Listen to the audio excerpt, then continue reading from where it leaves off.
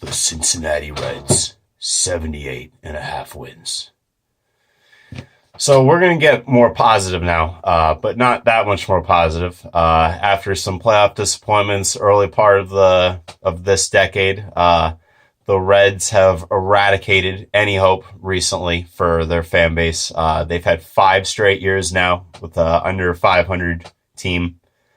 And the last 4 of them, they lost over 90 games in all those years. Such a streak matched by no other active team right now. They've, just bad every year. Even still, their over-under heading into the 2019 season is all the way up at 78.5. They only won 67 all of last year. But that includes a disastrous 3-15 start leading to the dismissal of manager Brian Price.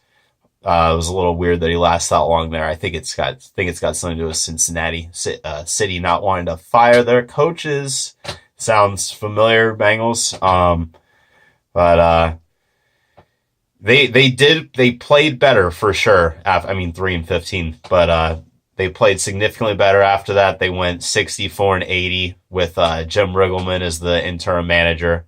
That would have had them projected to be a 72-win team instead. David Bell is the manager now. First time as a manager. Been working in the farm system for them. I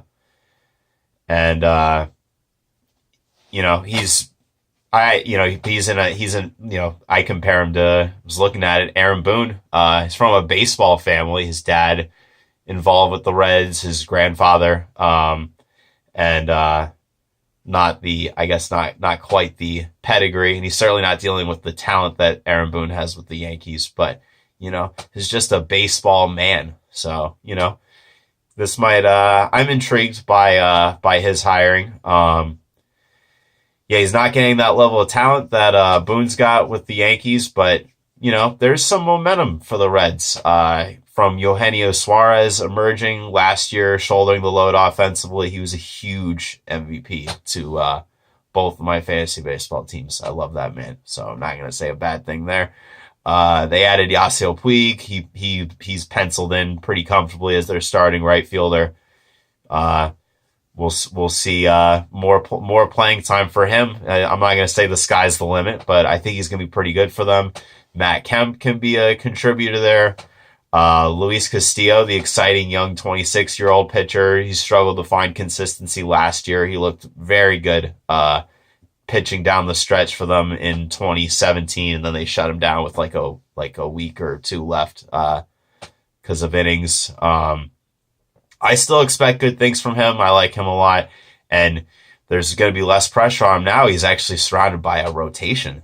It's pretty unbelievable. Alex Wood was in that trade that they got from the Dodgers, that they got Kemp and Matt Puig. He's out right now, at least a couple weeks, but, he's going to come back and be a solid rotation guy for them. Sonny Gray, they signed him they signed him to a deal after they traded for him from the Yankees. He had 1 year left on his deal, so he's not a Red for life, but he's going to be there for a few years, likely. Exiting his whorehouse at Yankee Stadium, where he was so much worse last year. He's as obvious of a bounce back candidate as there is really in terms of starting pitchers.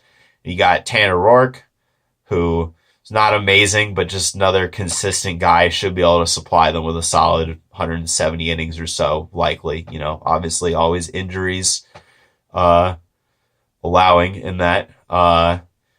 Couple that with a pretty good bullpen: Raciel Iglesias, Jared Hughes, David Hernandez. The Reds they're up to something. They're emerging-ish. Problem is, I think they're in the toughest division in baseball this year. 1 to 5. And the 3 teams ahead of them, to me, could all represent the National League in the World Series. Not even remotely unconscionable. And then the Pirates are, Pirates flirted even with wild card contention last year. They got Chris Archer for the full year, so There's not going to be a lot of easy games.